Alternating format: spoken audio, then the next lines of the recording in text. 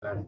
Hoy de verdad que tengo el honor de presentar a una gran colaboradora, y ahorita van a ver por qué, todos en el mismo sector educativo, pero sobre todo pues un honor de presentar a una persona con una calidad de vida humana, que es muy importante que a raíz de la celebración del Día Internacional, del Día Mundial de la Diabetes, hoy en nuestro programa queremos hacer conciencia.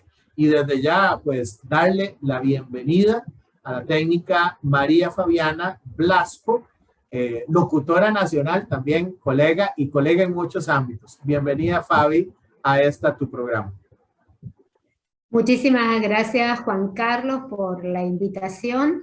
La verdad que es un gusto poder estar en tu programa y bueno, dar a conocer muchas cosas acerca de mí.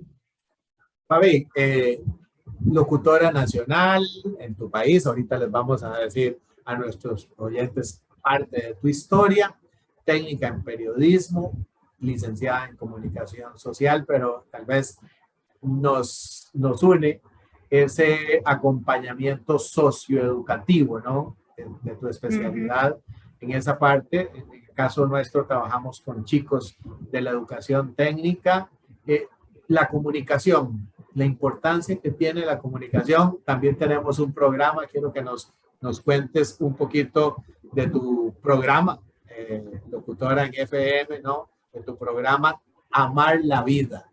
Entonces, ¿quién es Fabiana y por qué Fabiana ama la vida? Bueno, el programa se llama así justamente por mi historia de vida, que creo que lo más importante es aprender a disfrutar la vida.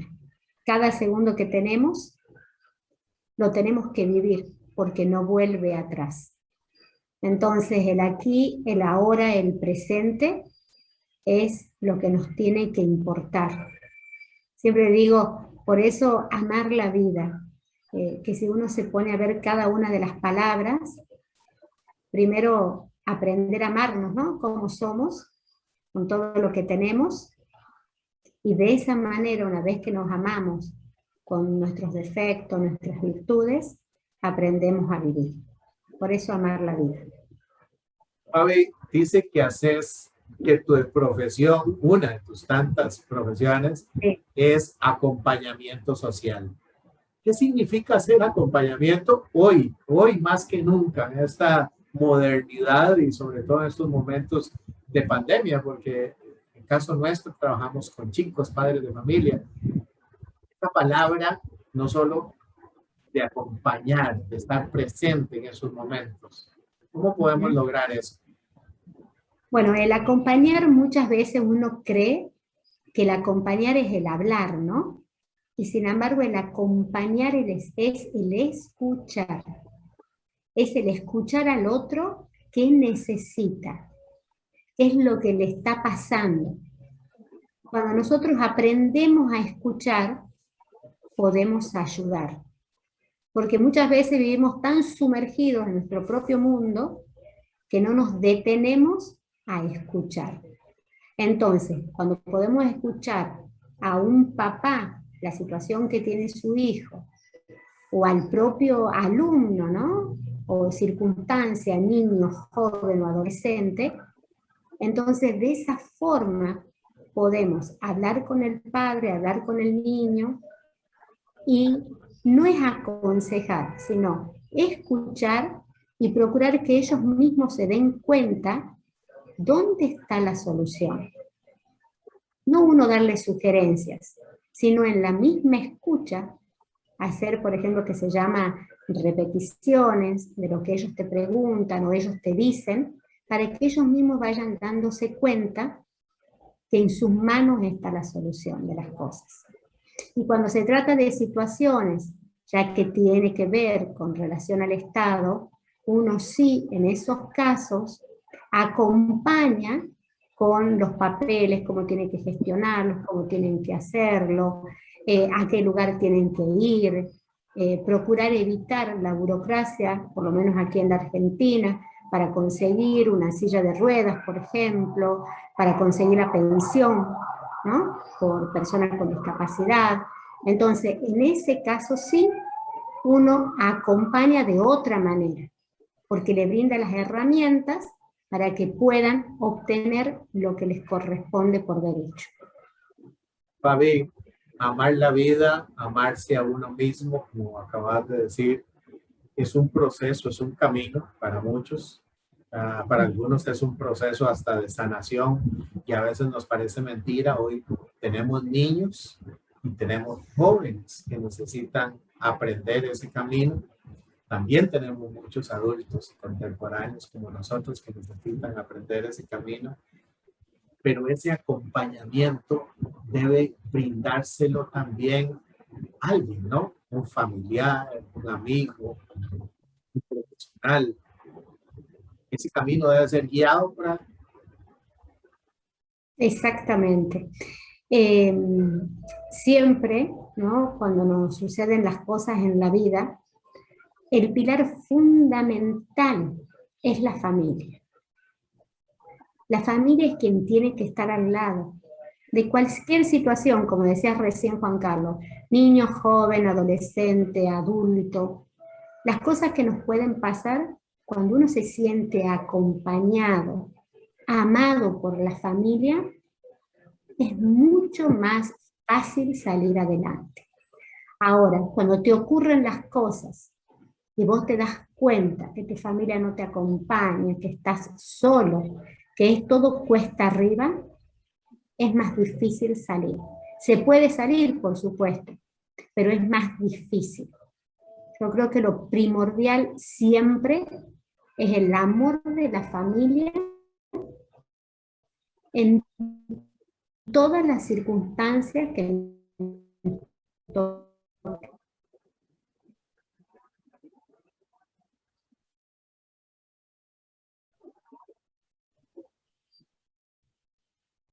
¿Consideras en este momento que estamos viviendo, no solo post pandemia, pero ahorita dijiste algo que resume todo, cuando suceden las cosas?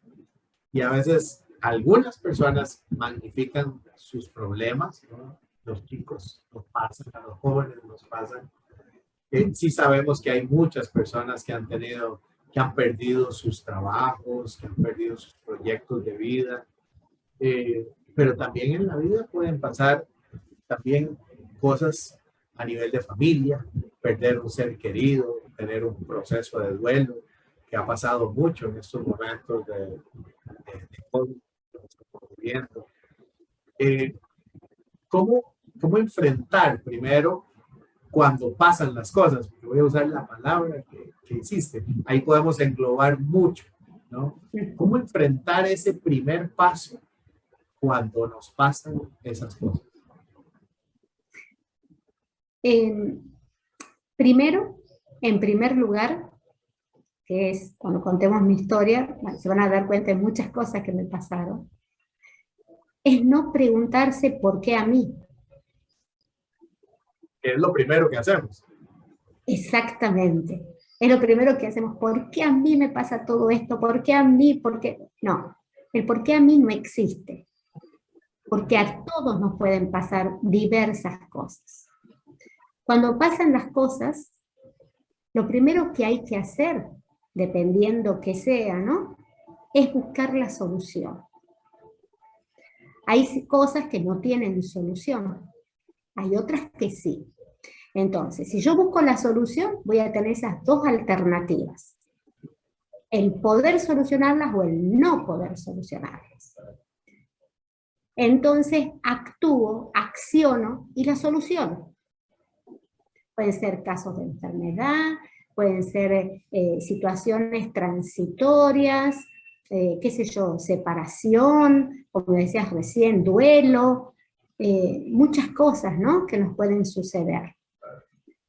Con el duelo sabemos que no tiene solución, porque la persona ya se fue. Lo que sí, en esos casos, siempre digo, por supuesto que depende cada uno, si tiene fe, no tiene fe, depende, ¿no? Si uno cree en Dios, otros no creen, En mi caso yo creo en Dios. Y siempre, para mí, la muerte es un paso que nos toca vivir a todos. Si es un familiar directo, nos duele más. Pero la persona, en muchos casos, está sufriendo y se quedan a nuestro lado sufriendo porque nosotros queremos retenerlos. Hay casos en que esa persona ya necesita irse y hasta que nosotros no le decimos o le damos un beso y le decimos estamos bien, esa persona no se va. Y sin embargo a veces está con morfina por los dolores, ¿no? Entonces por ahí somos tan terrenales que nos olvidamos que cuando estamos enfermos en situaciones ya terminales, es mejor dejar ir por amor al otro. En casos que no tienen solución, pero continuamos con vida, lo mejor es saber aceptar lo que nos pasa. Porque cuando sabemos aceptar lo que nos pasa, aprendemos a convivir con lo que tenemos. Y la vida se vuelve más fácil. Hay algo que siempre digo yo, que la vida es muy simple, más allá de todo lo que nos toque vivir. Pero nos encanta complicarla. Y ahí está lo que decías recién. Capaz que tenemos fiebre, pero es que tengo tanta fiebre que me voy a morir por la fiebre. Somos extremistas. Y sin embargo, capaz que esa fiebre, tomando una pastilla para la fiebre, me pasa. Pero como me encanta magnificar las situaciones, porque algo que tenemos las personas es siempre ser víctimas, ¿no? De las cosas que nos suceden. Y cuando nos transformamos en víctimas, nunca podemos ver la luz. Y ahí vienen los pozos depresivos, diferentes situaciones que no podemos enfrentar en la vida, y en vez de gozar de la vida, nos vamos hundiendo cada vez más en un pozo. ¿Consideras que en esta modernidad los seres humanos han ido perdiendo su capacidad de luchar, su capacidad de resiliencia, de levantarse, esa capacidad que podíamos ver en las historias de todos los tiempos? Yo siento, hoy sabemos que hay hombres y mujeres que consideramos héroes porque se han levantado, se han superado, han puesto en práctica esa resiliencia y han salido adelante. Pero de pronto ves también casos que se dejan vencer muy pronto, muy rápido. Sí, digamos, lo que podía observar en este tiempo, por lo menos, ¿no? Que muchas veces, de lo que hablaba yo recién, ¿no? No buscamos ni siquiera la solución. Me pasó, me tocó y me quedo ahí, estancado. Entonces, es también cuánto nos amamos. ¿Cuánto nos amamos a nosotros mismos? Esa era la Y respuesta esto que... tiene que ver también con... Exacto. ¿Cuánto somos capaces de amarnos? Cuando realmente nos amamos, buscamos la solución. Buscamos la solución porque queremos también que la persona que está a nuestro lado también esté bien. Porque cuando nosotros nos ponemos mal, en mi caso tengo mi mamá, seguramente, ya cuando conozcan mi historia de vida, mi mamá también. Yo siempre digo, los padres sufren mucho más que nosotros cuando nos pasan las cosas. Pues somos sus hijos y ellos no. Entonces, por lo menos, si no tenemos esa edad de darnos cuenta quiénes somos, qué queremos de nosotros mismos, por lo menos miremos a la persona y por amor a esa persona tratemos de cambiar. Porque si no es una situación de confort, ¿no? No me quiero, no me importa que me pase lo que me tenga que pasar. Entonces, seguiré así hasta donde pueda, dando lástima. Yo creo que las personas que no se aman y volvemos al papel de la víctima, ¿no?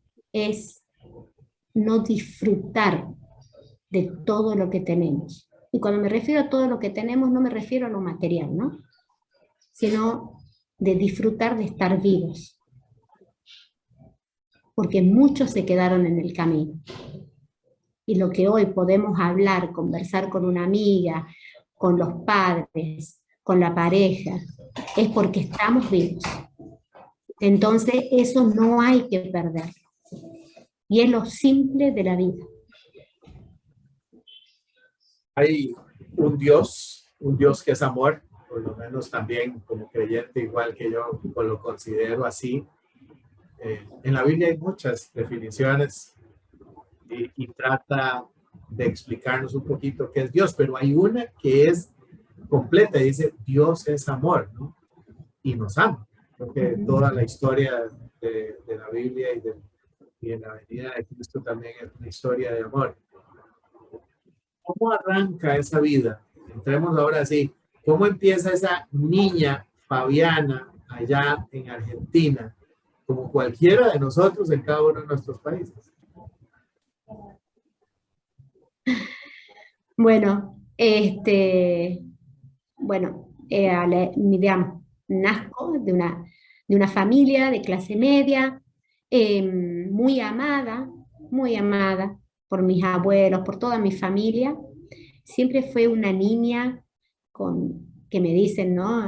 Siempre me dice mi familia con características de líder, porque con mis primos yo era la que organizaba los juegos, la que les decía qué tenían que hacer, ese instinto maternal también de cuidarlos, protegerlos. A la edad de 3 años mis papás se separan y siempre fui muy deportista. Me encantó siempre la natación y competía en natación. A la edad de 8 años tengo un accidente y se cree que a esa edad yo ya tenía diabetes, porque no se me cicatrizaba, bueno, la lastimadura que me había hecho, ¿no? A la edad de 10 años, eh, bueno, empiezo con todos los síntomas que tienen la diabetes, ¿no? Poliuria, polidipsia, polifagia, que es comer mucho, tomar mucho líquido, y bueno, ir por supuesto al baño a orinar mucho. Primero pensaban que era como si fuese una gripe lo que tenía. Bueno, uno termina yendo al médico y a raíz de unos análisis que me hacen, tenía el azúcar alta. Entonces el médico me dice que, bueno, que era diabética. En aquel momento, por supuesto que uno no conocía ni siquiera la insulina, no conocía nada de eso, entonces uno cree que es tremendo lo que le está pasando.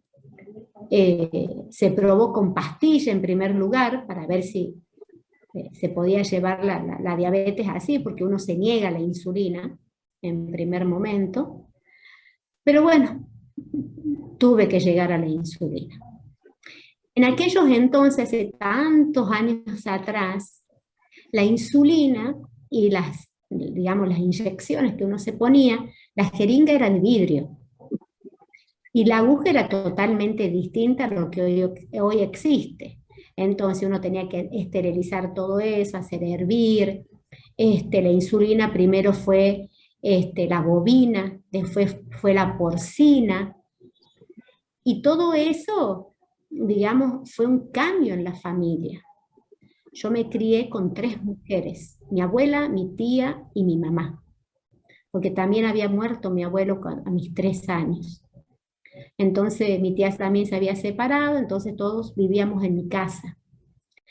Y después, bueno, nos vinimos a vivir donde hoy estoy, que es un departamento, y mi abuela era la que cocinaba. Y bueno, me acuerdo todo un tema de la familia, porque era empezar a cambiar todo, la comida, un poco cuando uno se enferma.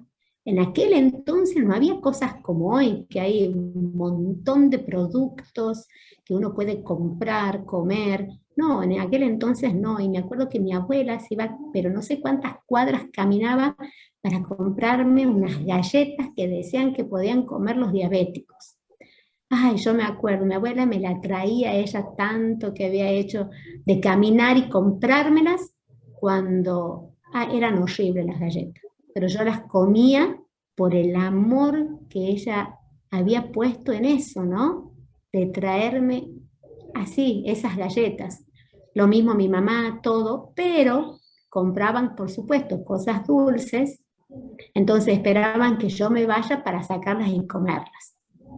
Yo me daba cuenta de eso. Entonces uno cuando es chico por ahí, por bronca, por eso de esconder, entonces después iba yo y me compraba un mantecol. Ah, esas cosas de niño. Por supuesto que después, bueno, ya cuando vieron que yo hacía esas cosas, bueno, ya, ya se hacían postres dietéticos, se inventaban, había recetas, se pasaban en la asociación de diabéticos que había. Bueno, hasta que la familia se va adaptando a eso. Pero bueno, es la familia entera. Hoy Fabi, existen muchos más medios, sí. yo normalmente hago esto, sí, me interesa mucho la parte emocional, porque entiendo la transformación que hay que hacer en dieta, en costumbre, pero ¿cómo lo trabaja una niña entrando a adolescencia, cuando de pronto amigos, salidas, pequeñas fiestas, supongo, de colegio? ¿Cómo funciona la parte emocional de un adolescente ya en ese momento? En mi caso, yo digo que eso para mí es quizás una fortaleza espiritual que tengo. Nunca me he quejado de absolutamente nada de lo que me pasó en mi vida. Yo soy esas personas que aceptan lo que le pasa y es como decía al principio y convivo con lo que tengo. No, yo no tenía problemas. Digamos, es más, cuando estaba en el secundario, nos íbamos a retiros espirituales, todas sabían que yo era diabética, nunca escondí mi enfermedad, no, nunca la escondí. Lo que sí tenía, me acuerdo, me fui a un campamento para niños diabéticos y siempre tuve una diabetes muy rebelde, así como podía estar en 60, podía estar en, no sé, a la hora en 300. Eso sí me molestaba de mí misma, de cómo podía ser esas hiperglucemias si yo hacía todo lo correcto. Me acuerdo, nos hacían correr, nadar, todo, nos controlaban el azúcar antes y después. Todos estaban perfectos con el azúcar menos yo. Entonces esas cosas sí, era como que decía yo, si hago todo, ¿por qué no puedo estar igual que el nivel de glucemia del resto? Pero nunca tuve el problema de la no aceptación, del esconder. No, siempre tuve no sé si es la riqueza en mi alma de que si conocía a alguien que tenía lo mismo que yo, de contarle qué me pasaba a mí o de conocer qué pasaba al otro. Siempre me pasó eso. Y avanza conforme va pasando el tiempo, Ujú.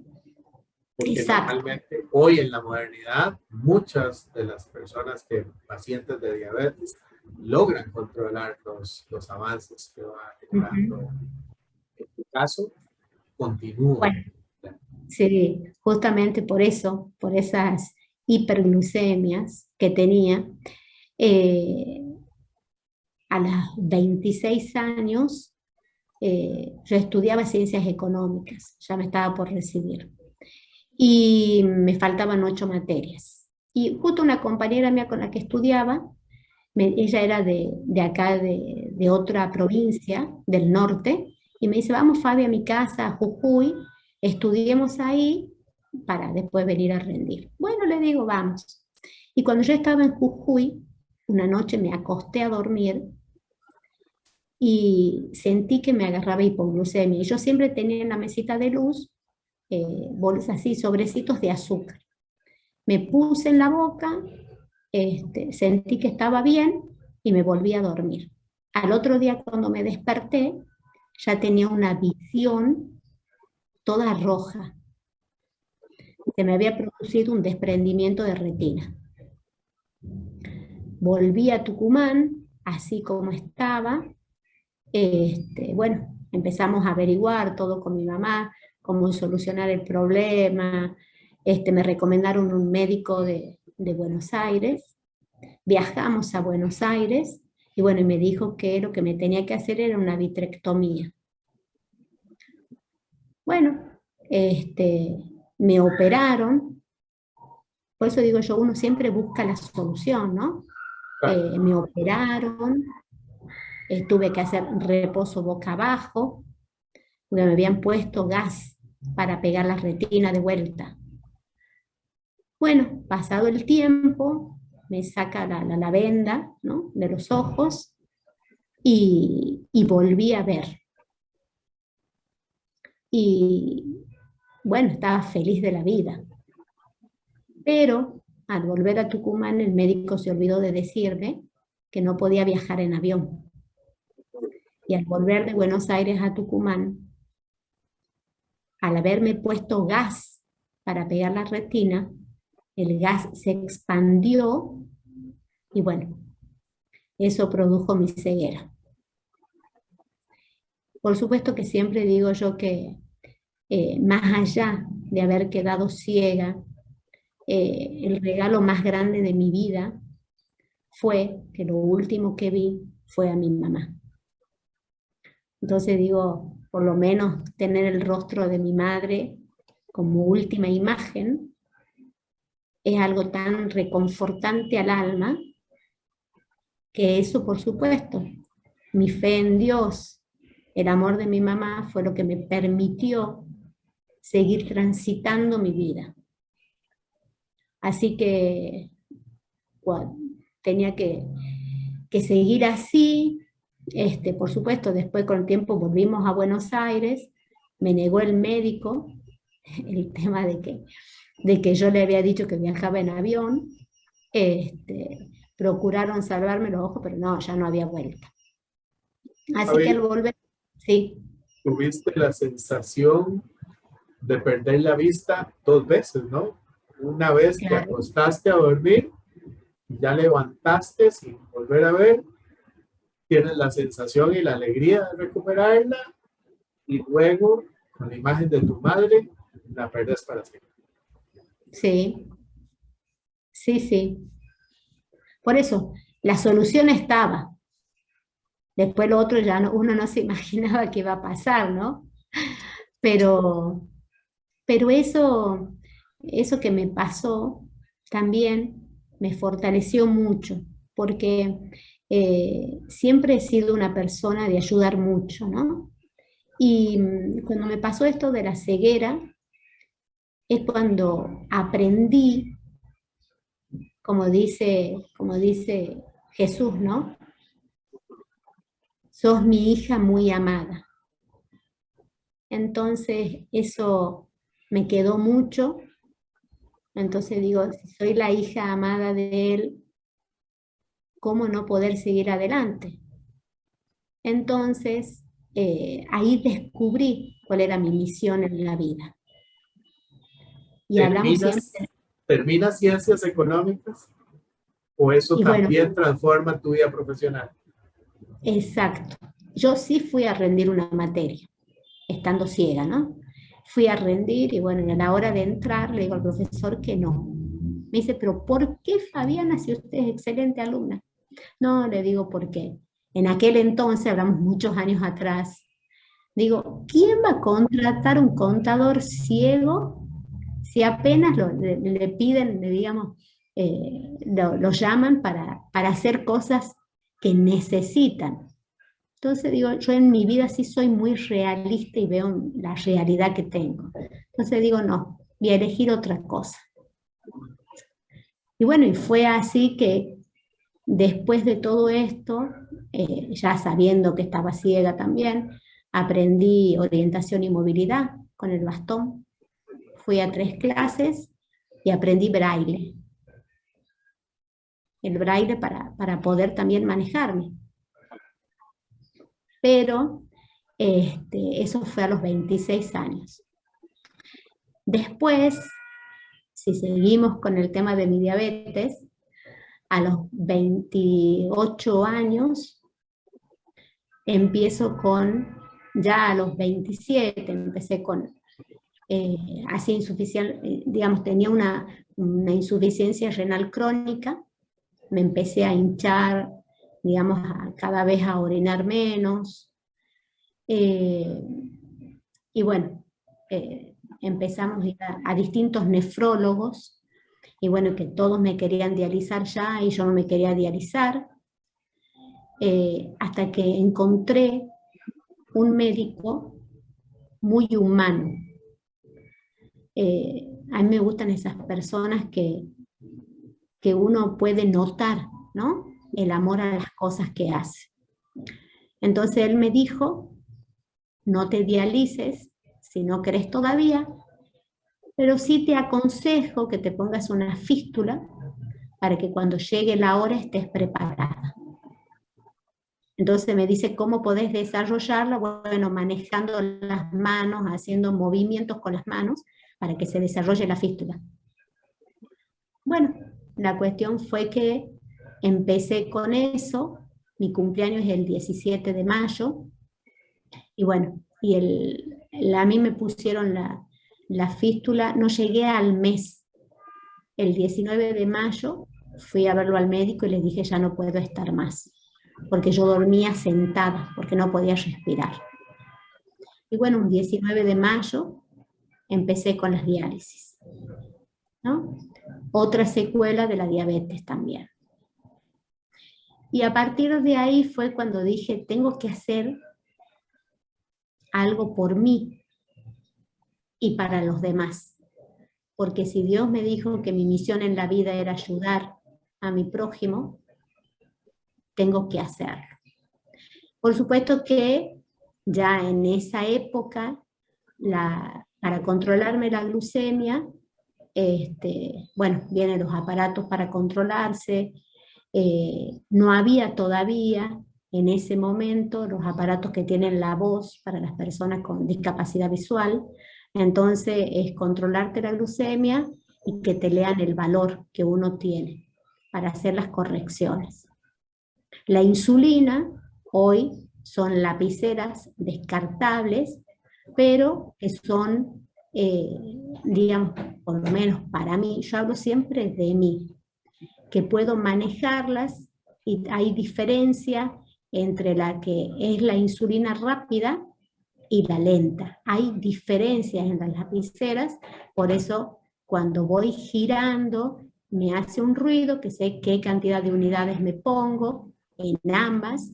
Una, por ejemplo, me pongo 4 veces al día, que es la de la corrección, y la de la noche me la pongo una sola vez nada más.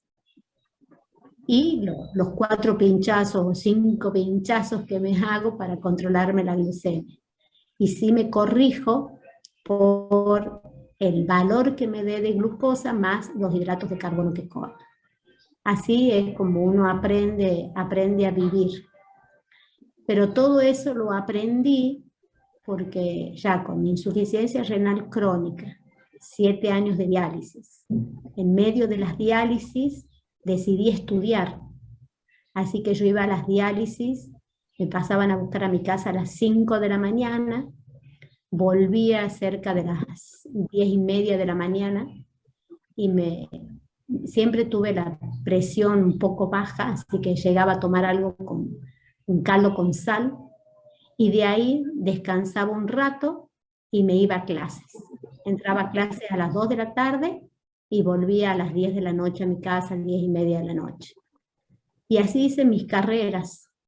Estudié las diálisis, en ese entonces había grabadores, mi mamá me grababa los libros, entonces llevaba los 2 grabadores, me acuerdo, con uno escuchaba y con el otro iba resumiendo. Entonces a eso voy, ¿no? Cuando uno realmente aprende a amarse a uno, aprende a aceptarse como está, la vida es mucho más fácil. Aparte, cuando digo, cuando se te cierra una puerta, Dios te abre una ventana. Y nunca estás solo, nunca te abandona Dios, siempre está con vos. Y está en tu corazón, no hay que buscarlo en otro lado, está ahí adentro tuyo, siempre regocijándote, amándote. Y así fue como hice mis carreras, a la edad de más o menos cuando 34 años, estaba estudiando la licenciatura ya en comunicación social, estaba en segundo año, a los, no, 33, a los 32 años, y empecé a ponerme mal de vuelta, eh, no sabían qué tenía, tuve 7 meses con fiebre de origen desconocido, hasta que me descubrieron que tenía, ya estaba piel y hueso, no podía caminar, no podía respirar, me habían internado varias veces, y lo que a mí me mantenía viva era el amor de mi mamá, ¿no? Siempre está Dios, pero el escuchar a tu mamá que llora a escondidas, que a ella le habían dicho que yo me estaba por morir ya, todo eso te fortalece más el alma. Me fueron en una de las internaciones que tuve, que todavía no sabían qué tenía, me fueron a hacer una transfusión de sangre. Y yo sabía en aquel entonces, ahora ya no es así, pero en aquel entonces que si me hacían una transfusión capaz que no llegaba al trasplante, y mi sueño era el trasplante. Entonces no permití que me realizaran esa transfusión. Y me hicieron firmar, por si me moría, que yo había negado que me hicieran la transfusión de sangre. Pero bueno, todas esas cosas que te van pasando, no sé, yo siempre pedí en los momentos más difíciles, pues me pasaron muchas otras cosas más que no cuento, pero siempre en esos momentos difíciles, siempre pedí la unción de los enfermos. Fabi, Era como que, sí. el, el amor de Dios te genera, te genera una confianza en Él, que es principio de fe para las cosas que vamos a afrontar. Es esa la Sí, cadena. Primero sentir el amor de Dios y con el amor de Dios la confianza puesta en Él y con la confianza puesta en Él toda la fe crece, ¿no? exacto. Yo digo que la fe la podemos tener. Todos podemos tener fe. Fe en algo, ¿no? En mi caso es en Dios, pero podemos tener fe. Ahora, si esa fe no va acompañada de la confianza, no se logran las cosas. Pues yo puedo decir, bueno, sí, yo tengo fe o creo que, por ejemplo, por decir algo, ¿no? Poner un ejemplo burdo, pero un ejemplo al fin, que puedo aprobar la materia. Yo tengo fe que voy a aprobar la materia. Pero si yo no estudio para aprobar esa materia, no tengo confianza en mi capacidad para estudiar, no lo voy a lograr. Entonces yo creo que uno tiene la fe y la confianza en Dios de que Él lo soluciona todas las cosas que nos pasan, de una manera u otra.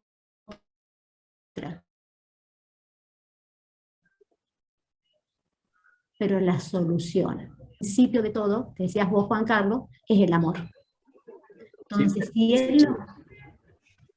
el Exacto. principio absolutamente de todo es el amor de Dios, y eso es lo que nos permite a nosotros primero sentirlo a Él y luego llevarlo a los demás.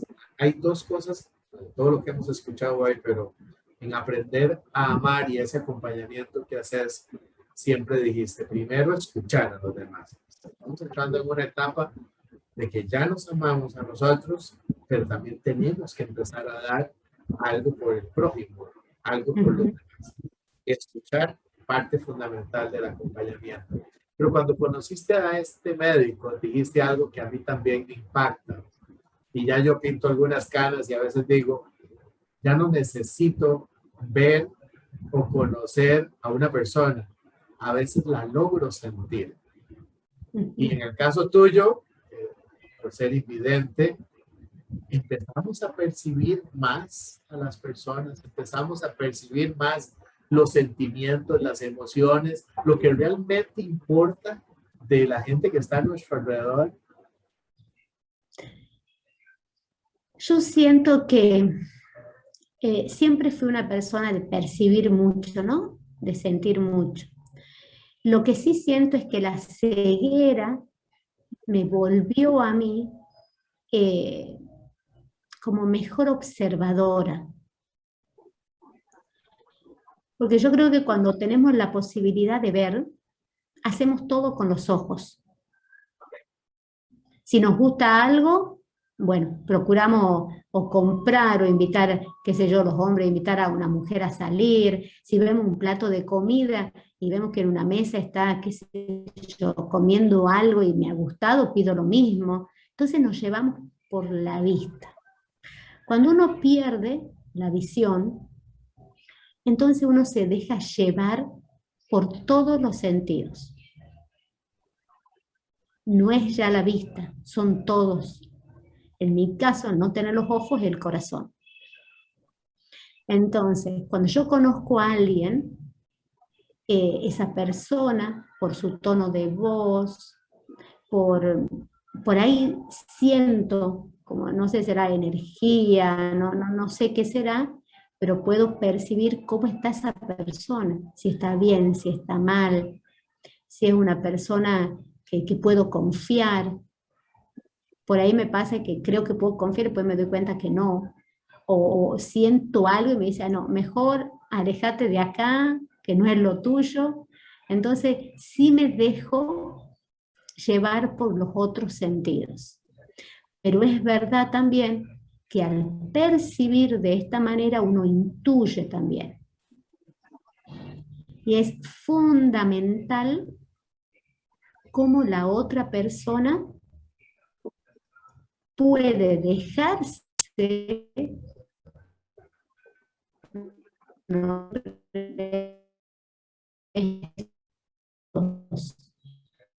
cómo la otra persona, o sea, cierra. Y eso nos pasa mucho a las personas con discapacidad, que cuando tienen,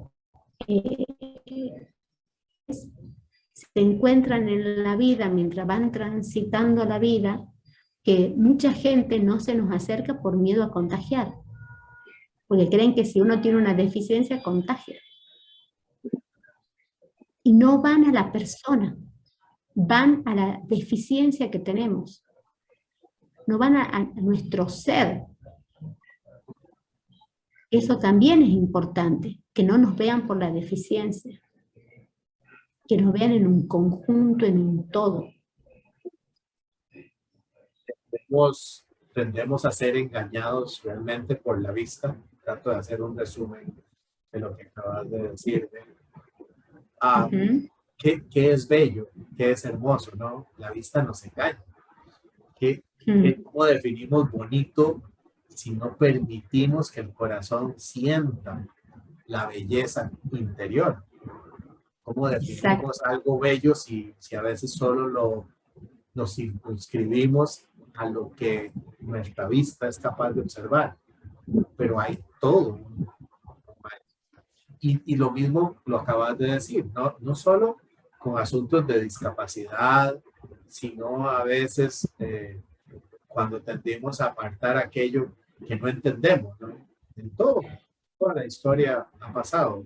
Grupos étnicos, grupos por género, grupos con alguna condición especial, pero no entendemos el todo de esa persona. Simplemente llegan a sentir que no son como ellos y entonces tienden a la separación.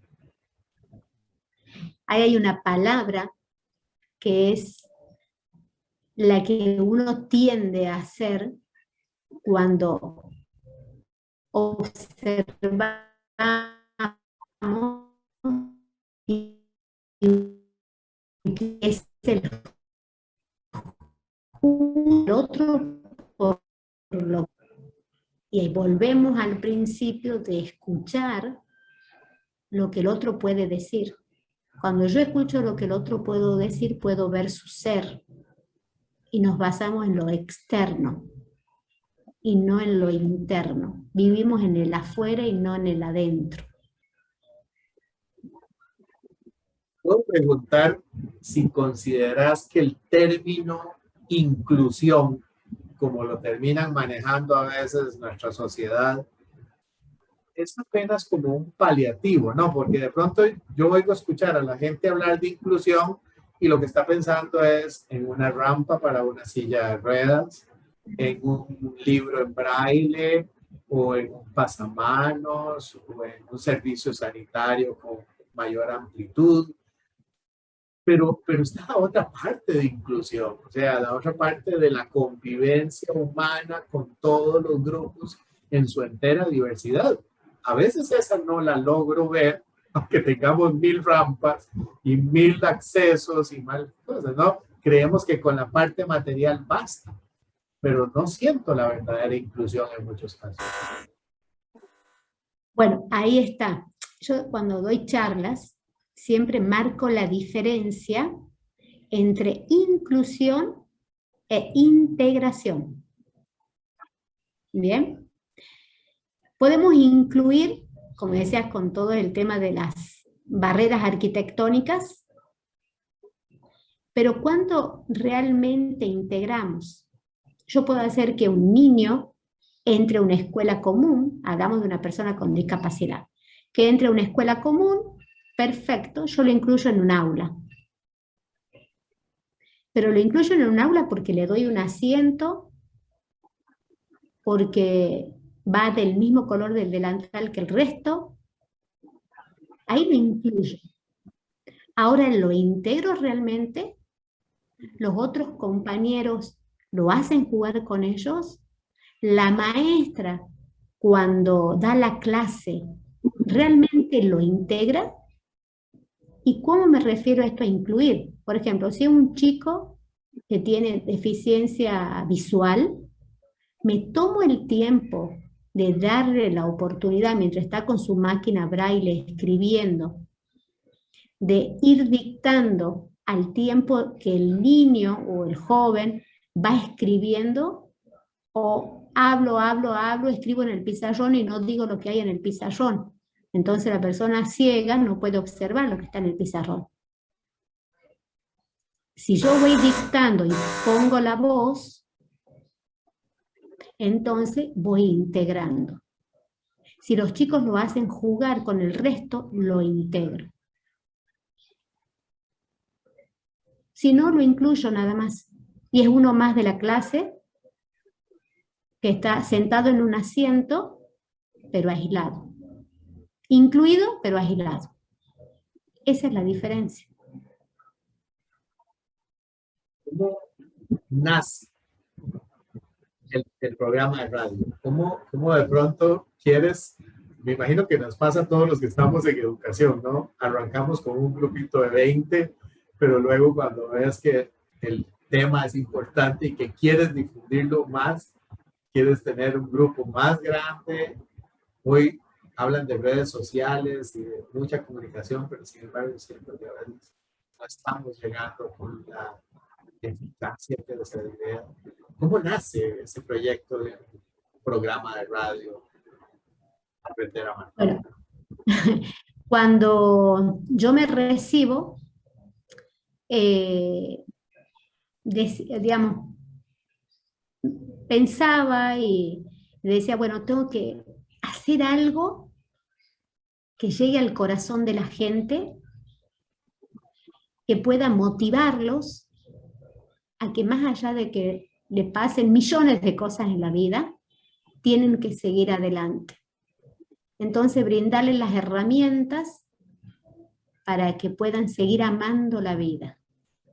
Y bueno, y es así como con distintas cosas, digamos, con profesionales, con directivos de organizaciones de la sociedad civil, con personas con discapacidad, bueno, con un montón de cosas, siempre procuro que den testimonios para mostrarles que la vida continúa y que no termina con una deficiencia, no termina con un cáncer, no termina si estamos en un pozo depresivo, no termina por un ataque de pánico, sino que la vida continúa. ¿Y cómo continúa? Si nosotros amamos la vida, va a continuar de la mejor manera. Ahora, si nos encerramos, nos aislamos y no queremos escuchar a los demás, seguramente no va a terminar muy bien. Parte de amar la vida está en la última fase, ¿no? Ya aprendimos a amar a Dios sobre todas las cosas y amar a los demás como a nosotros mismos. Ahí resume de que si amamos a Dios y nos amamos nosotros, amamos la vida, estamos preparados para servir, para empezar a trabajar en esa comunidad y ayudar a otros a encontrar ese camino de cómo expresar el amor que tenemos por la vida. Exactamente. Siempre, lo que yo ahora estoy estudiando para acompañante espiritual, siempre empezamos con esto, ¿no? Primero, amarnos a nosotros mismos. ¿Cómo amarnos a nosotros mismos? Amar a los demás y amar a Dios. Digamos, esas son los tres ejes fundamentales. Después de toda tu experiencia, Fabi, que nos has compartido esta mañana y tarde para todos nuestros radioescuchas,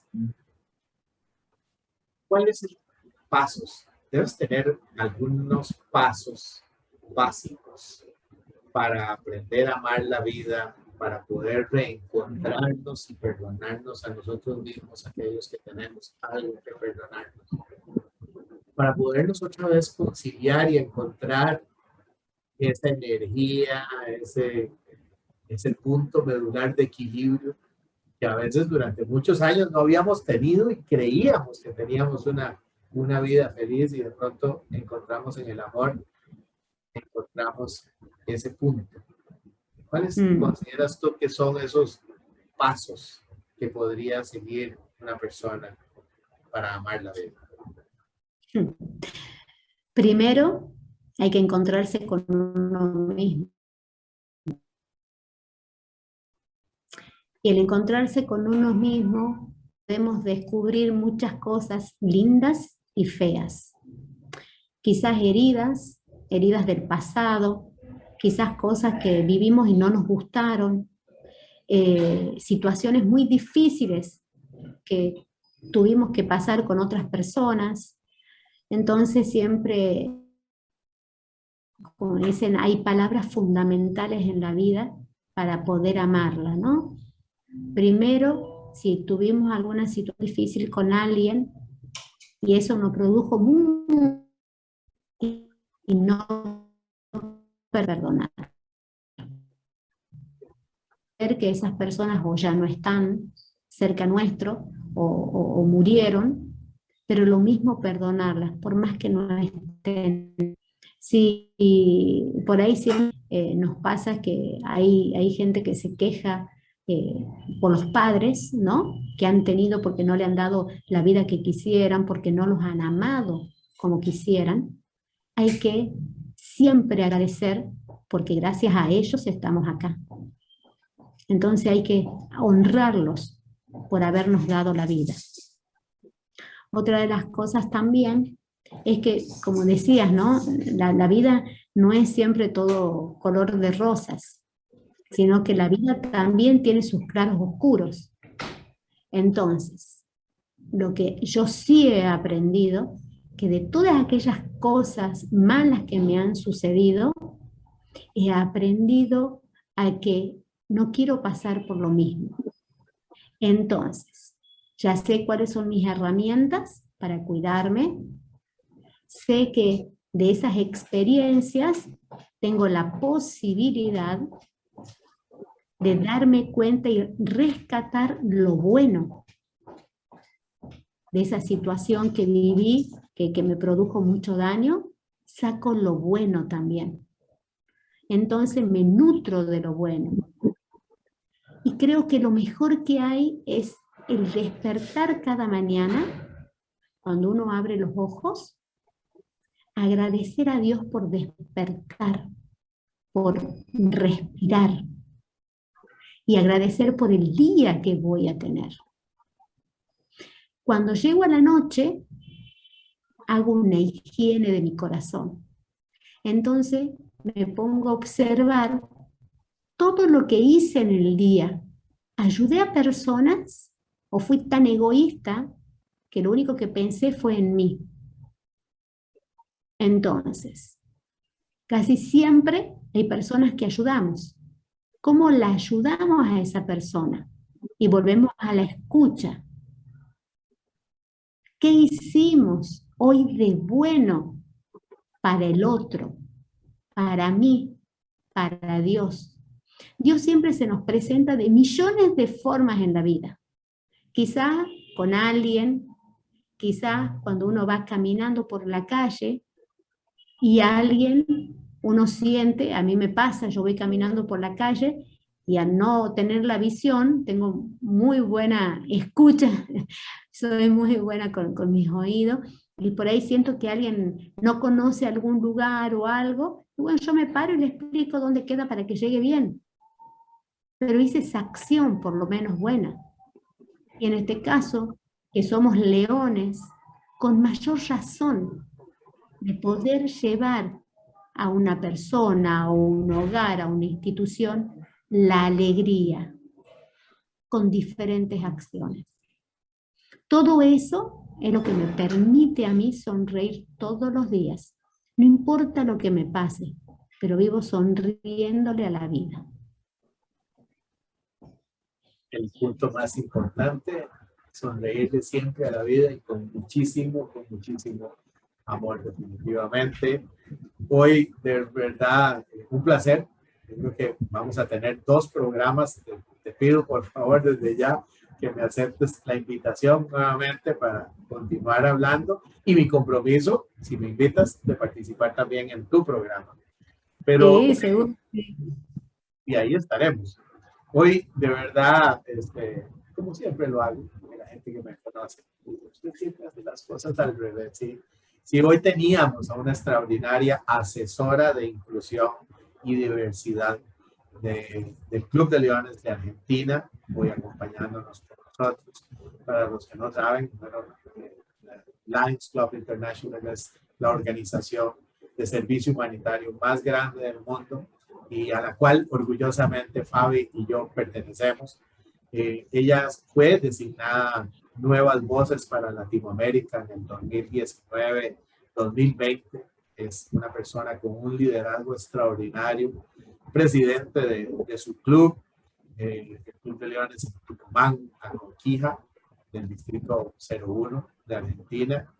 Y como han escuchado, ¿no? O sea, secretaria general de la Federación Argentina de Ciegos, aprestamiento laboral para personas con discapacidad, asesora de ente de turismo y delegada argentina ante la Unión Latinoamericana de Ciegos, representante de la organización no gubernamental de Tucumán para el Consejo Federal de Discapacidad, integrante de la Mesa de Responsabilidad Social y Empresarial, diplomada en acompañamiento espiritual, diplomada en política y gestión para la discapacidad, licenciada en comunicación social, periodista y locutora de su propio programa de radio, Amar la Vida.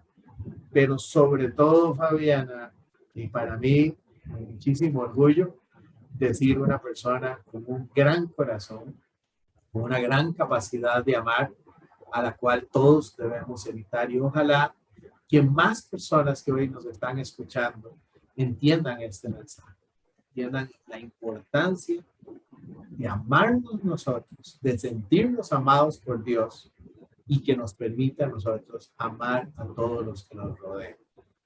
un mensaje final de esta primera sección, porque les prometo que seguiremos en otros programas conversando con Fabiana Blasco.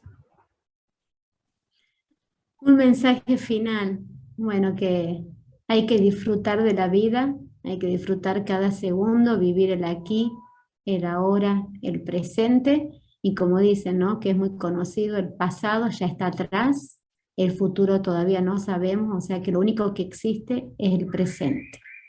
Así que siempre a sonreírle la vida, disfrutar a pleno y a no enojarse, no pelear tanto, a no quejarse, porque perdemos el tiempo en eso. Fabi, hay que abrir el corazón al amor, hay que amar y dejarse amar. ¿Es eso fundamental en la vida?